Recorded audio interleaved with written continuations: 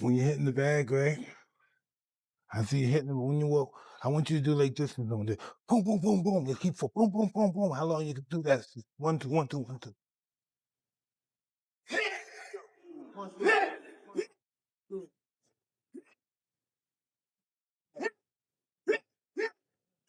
Jake Paul, I think when he weighed in for Mike Tyson, was 227 pounds.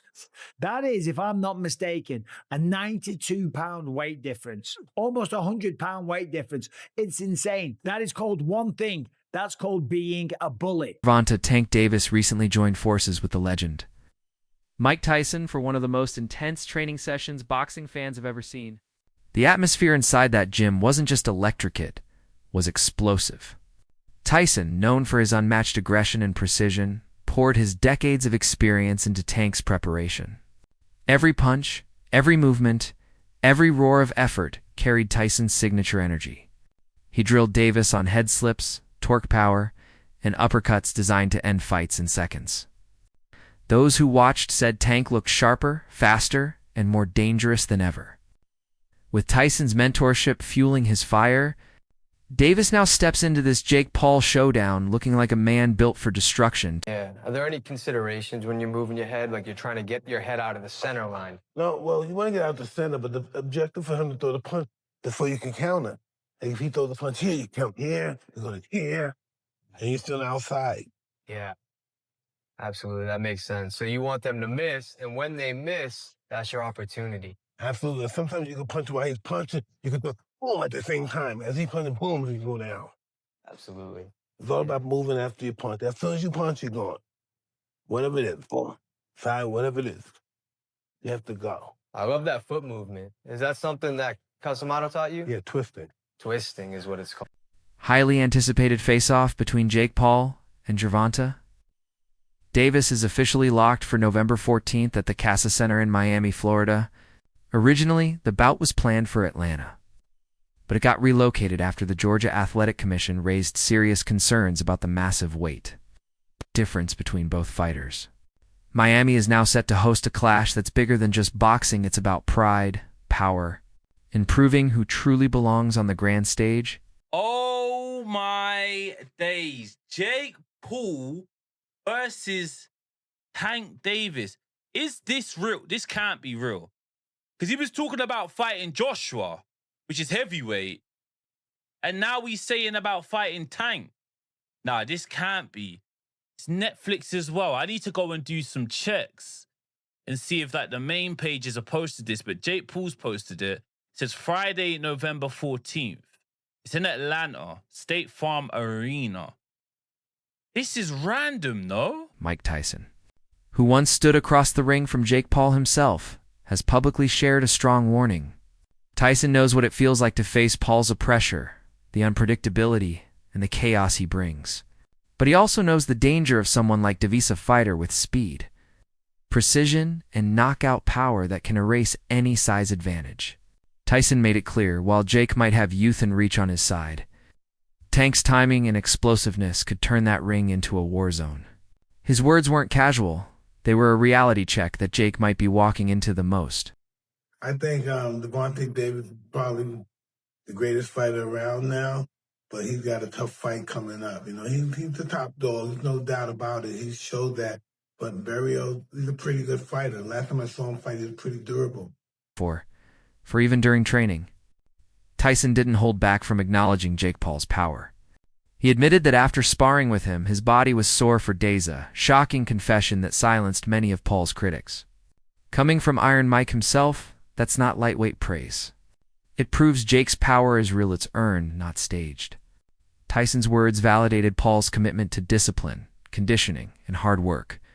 Whatever people may say, Jake is no longer just a social media personality pretending to box. He's evolved into a true fighter capable of inflicting genuine damage on anyone who doubts him. Oh, no, I don't remember the fight that much. I kind of blanked out a little. Listen, know what I remember? Coming back from the first round. Then the next day, I remember Jake is doing some kind of, I don't know, what was he doing at the ring? Oh, yeah. A little bow at the end. He bowed. And that's the last thing I remember. You know, but the day after the fight, right after, the day after, I woke up and told my wife, why did I do that? I don't know. I just don't know what the hell goes on. What did you think of Jake's power, man, when you were in there? I don't remember it. But my body was really sore. Yeah, my body, my chest, my stomach and stuff was really sore. Fans. And analysts everywhere have drawn parallels between Gervonta Davis and Mike Tyson. The comparison makes sense. Both men carry an aura of menace, knockout instincts, and a larger-than-life confidence that intimidates opponents before the bell even rings. Yet these similarities come with context. Davis fights in a different weight class, a different era, and a completely different boxing landscape. Tyson's reign defined an age of heavyweights and raw fear. Davis's journey, on the other hand, is about dominance through precision, focus, and evolution in a world that constantly questions his greatness. I mean, I have to ask you, would you ever remake your famous video game? Bring it to the next generation consoles, my friend? Hey, I'm just happy to be alive. Thank What you. about, I mean, what do you think about people comparing Tank Davis to you? I mean, what do you think about that? Tank is a great fighter. Okay. You think he's a great fighter? But what do they think? What do you think about them comparing him to you? I mean, you're a legend, my friend. Well, he'll be one too if he keeps fighting. Oh, okay. All right. Well, thank you. Okay, bye. Still, Davis himself doesn't fully embrace being called the new Tyson. It's made it clear that while he respects the legend, his approach is different. Tank calls himself a boxer-puncher, not a straight-up brawler. Where Tyson relied on relentless aggression and intimidation, Davis leans on control, timing, and technical destruction. He wants to create his own legacy, not just live in someone else's. Do you feel like you're the mini Mike Tyson? Nah, What do you call your style? I don't know. I think I'm a boxer puncher. What was I Mike could- Tyson? He was a brawler. Brawl means more than one person. A brawler, like somebody that's like, So he knocked people out real quick. You knock people out real quick. yeah, but I can knock you out. Like, So you saying that you can knock him out faster than Mike Tyson, probably, if it was a challenge. no, I'm not saying that. I'm Okay. saying like, Mike Tyson got power and skills. I feel as though like I have like the whole pack. I don't know. I'm me. When Tyson was asked about the constant comparisons between him and Davis, his answer was brutally honest.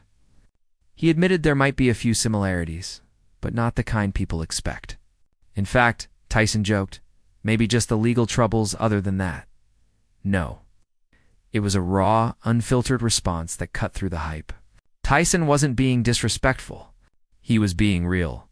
It showed that even though he respects Davis, he doesn't see him as a mere image. Tyson's story was chaos, and Conquest Davis is still writing his own. People say he reminds you of them. Does he remind you of himself? There we go. I don't know. I don't know. Maybe just getting in trouble with the law. Other than that, no. Interestingly, Gervonta Davis hasn't always treated Tyson as an untouchable idol. After Tyson's loss to Jake Paul, Davis publicly questioned the decision to even take that fight, suggesting it was more about money than legacy. He felt it might have tarnished Tyson's image rather than strengthened it. Ironically, Davis now faces that same criticism himself. By accepting the Jake Paul bout, he's being accused of doing exactly what he once condemned, mixing sport with spectacle. Yet, Davis insists this fight isn't about fame.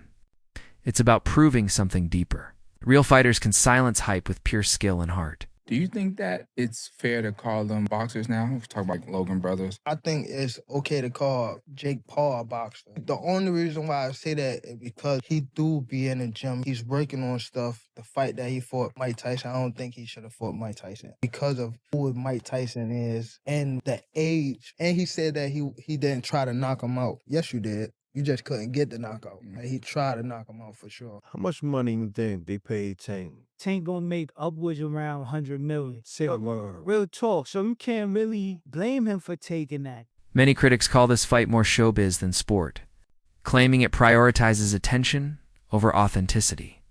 They accuse Davis of skipping a rightful rematch with Lamont Roach to chase a massive payday. At a recent press conference, Tank didn't hold back. He fired back at doubters, saying he's done caring about public opinion. He told the audience to sit back, watch, and enjoy the show. For Davis, this fight isn't just about glory, it's about shutting mouths, breaking narratives, and reminding everyone why he's still one of boxing's most electrifying forces. Look at this face-off, Henry. What are your thoughts here? You're hearing that shit from me. That's cringe. In some weird way, I kind of What like cringe it. about it? He's trying to big man the smaller guy, who the smaller guy to me is dangerous. I think Tank Davis is going to put the hands on him, but I like it, bro. I will say something about Jake Paul. He's brought a lot of attention to boxing. Tank Davis guaranteed $40 million.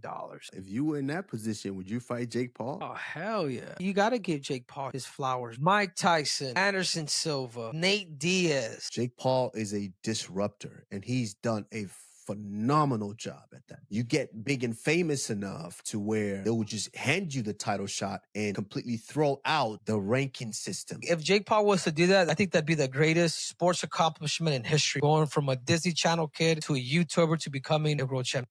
I don't remember the last time that I've heard Gervonta Davis say, I'm in boxing to be the greatest fighter of all time. I've heard him say that he's better than certain guys in his weight class, or this kid can't beat me. I've heard that. I can't remember, and maybe y'all can keep me honest online. The last time I've heard Gervonta Davis talk about his legacy in the ring. Like I'm building my legacy. I'm trying to outdo Floyd in legacy. Like, I think it started like that for him. But the influence of Floyd Mayweather, Money Man, not Pretty Boy, but the Money Man, and building your brand and selling tickets and selling pay-per-views and becoming a household name, that's also a legacy. You got the legacy in the ring, and you got the legacy in terms of how you sold.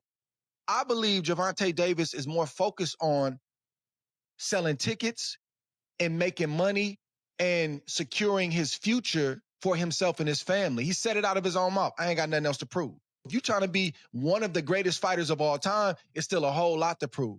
My point is, Roy, I don't think, should everybody hold this man to the standard that they hold him to and say, you not fighting nobody, yeah, you making money, but you ain't really fought nobody. If he don't even care about that, that's not even something that he's really focused on. If his main focus is the money, and his main focus is getting out of boxing without getting hurt and retiring on his own terms, shouldn't his fan base and other people get on board with that if that's not even his goal? How can we hold him to something like that if he don't even hold himself to that? 1-0.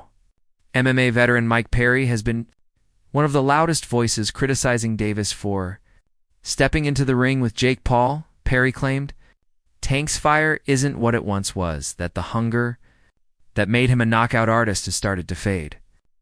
He warned that when a fighter's passion dulls, it's dangerous, especially against someone naturally bigger and hungrier. Perry pointed out that Jake could outweigh Davis by nearly 180 pounds, a difference that changes everything: how punches land, how fatigue builds, and how much damage the body can absorb. His warning was simple but powerful. If Davis underestimates the physical challenge, the night could end very differently than he expects. Your buddy Jake just signed on to fight Tank Davis. What do you think of that fight? He's got like 100 pounds on him. Yeah, and they say that there's a large weight discrepancy. Like, me and Jeremy are the same size. So, it's his lower half is really small. My legs are gonna work the best that night. I have really strong legs. I'll squat twice the size that he can, and so my strong legs are gonna do work. Jake is big. Tank has a lot of skill, but I don't think he's the same Tank that we saw the most incredible knockouts. We saw him. I mean, Lamont Roach performed great. They went to draw, and I just don't know. And Tank walked away. I don't know if he loves it enough to beat a guy who outweighs him by 80 to 100 pounds.